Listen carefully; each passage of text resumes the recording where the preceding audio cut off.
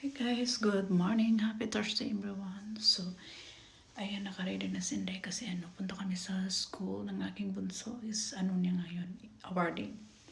So, ito yung ating outfit for today. Medyo nang tambok na dito si Inday kay kaniyang ako ang luag kay ni sa Pinas pa. Last na ko ning gisuot dito nag-CFO mi sa Davao. Grabe itong luwag sa akin guys. Ngayon, Diyos ko, medyo masikip-sikip na. Yan. Naning tambok na gagaya si Inday ng bilbil o ng gawas.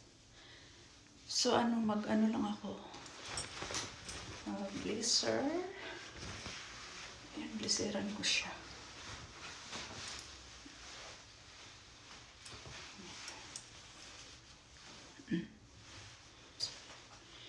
And mag-ano tayo guys, mag-perfume.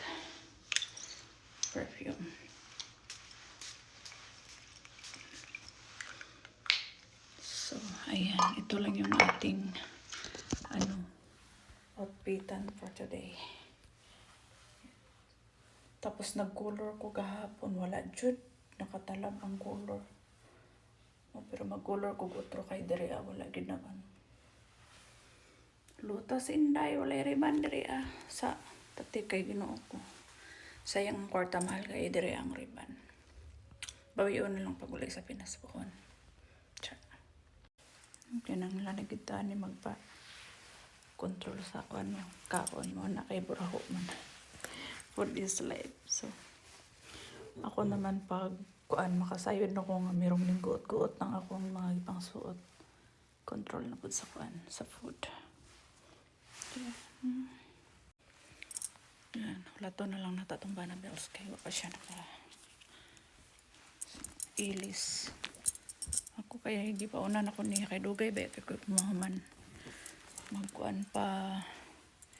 magpagwapa niya mag-ilis og so hindi pa unan ako niya og ready.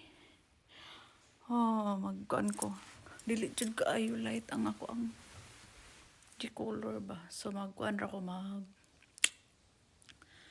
mag-color ako otro. So, maura to guys, and happy Thursday everyone.